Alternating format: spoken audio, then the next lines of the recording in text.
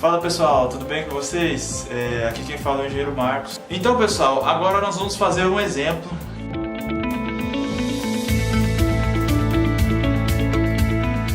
Vamos imaginar que a gente tem aqui um lote de 10 por 20, ou seja, 200 metros quadrados.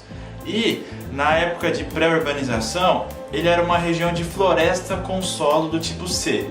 Solo do tipo C, pessoal, é um solo que está relacionado aí com a sua capacidade de drenar, beleza? Então, é um solo tipo C e é uma região de florestas. E aí, o que a gente fez? A gente foi lá e urbanizou ele. E o que nós fizemos? Nós colocamos uma edificação. E nessa edificação tem 60% de área impermeável e tem 40% de gramado, certo? Então, a pergunta que vem é, qual que tem que ser o reservatório de lote que eu coloco aqui para que eu devolva para o meu sistema de drenagem justamente aquilo que eu devolvia antes de impermeabilizar. Então eu quero colocar um reservatório que retorne as condições de pré-urbanização. Qual que tem que ser esse volume? Então vamos calcular. Eu já deixei algumas coisas aqui preenchidas para a gente ganhar tempo, pessoal. Primeira coisa é o Curve Number. Por que o Curve Number é 70? Bom, aqui pessoal eu deixo também na descrição do vídeo um link para download de uma tabela onde você encontra aí os Curve Numbers para diversas classes de solo. Então o Curve Number de florestas do solo C é 70, ok? E aí o Curve Number que a gente vai ter pro caso do terreno já urbanizado, ele vai ser uma média ponderada. Pessoal, uma média ponderada de quê? Uma média ponderada que vai levar em conta aí a parte impermeável. Essa parte aqui que a gente vai ter impermeável, nós vamos adotar aqui 98, certo?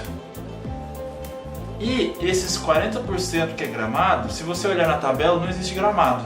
Mas a gente vai ter que adotar alguma coisa.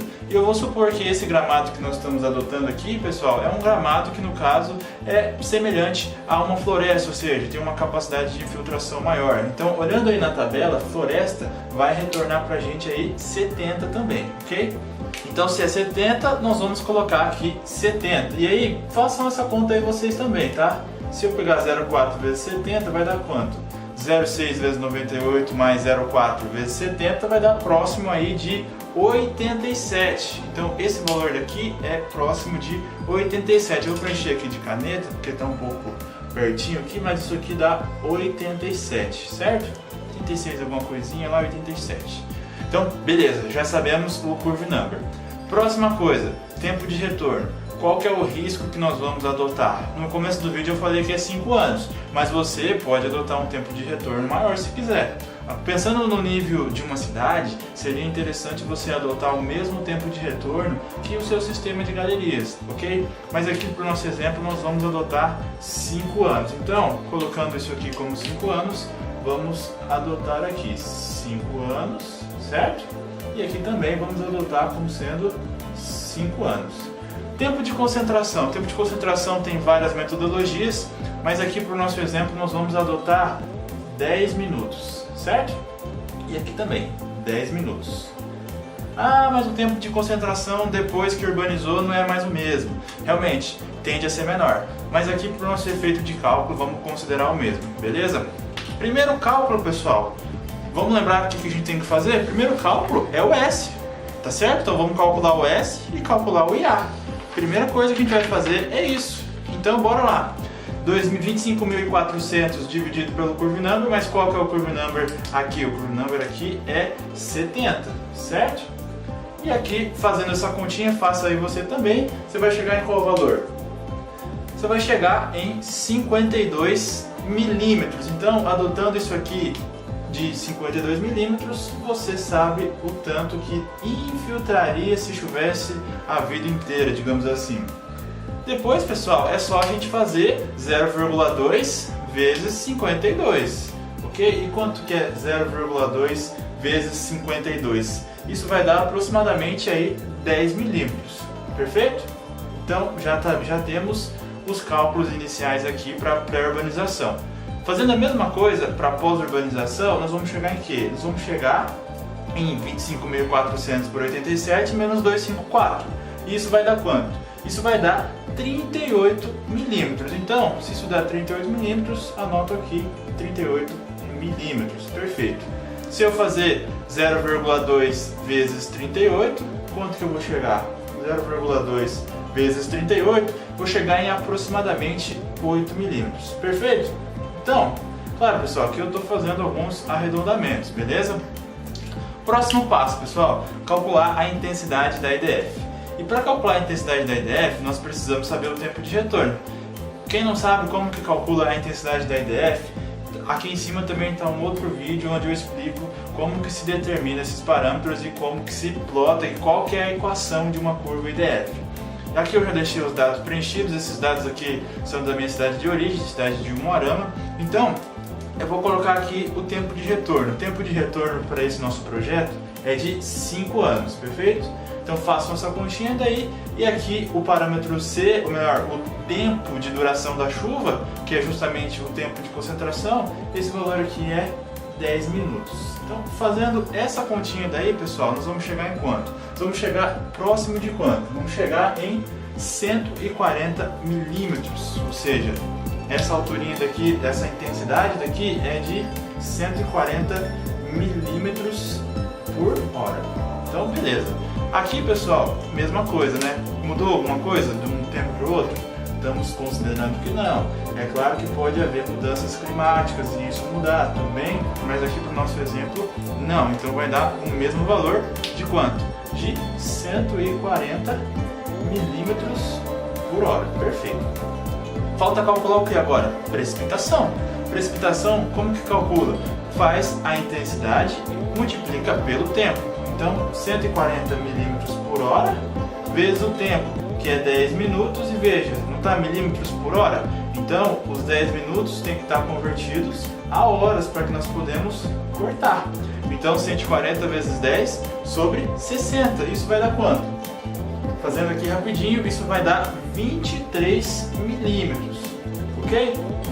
Então, o mesmo cálculo vai ser feito no caso de pós-urbanização, né? Porque ainda tem os mesmos 140 milímetros por hora. Agora nós temos um tempo de 10 minutos, pode ser que seja menor, né? E aqui nós temos a conversão para horas. Então isso aqui vai dar também 23 milímetros. Então o meu reservatório vai ser dimensionado para uma chuva de 23 milímetros.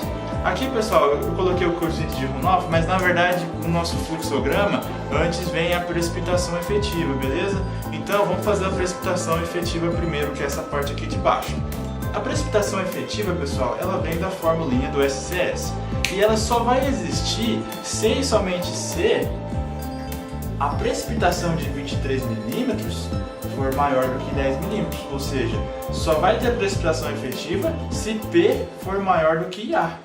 E observa que 23 é maior do que 10 e observa que 23 é maior do que 8. Então, em ambos os casos, haverá escoamento superficial. Portanto, quanto que vai dar essa precipitação efetiva? Me ajuda aqui.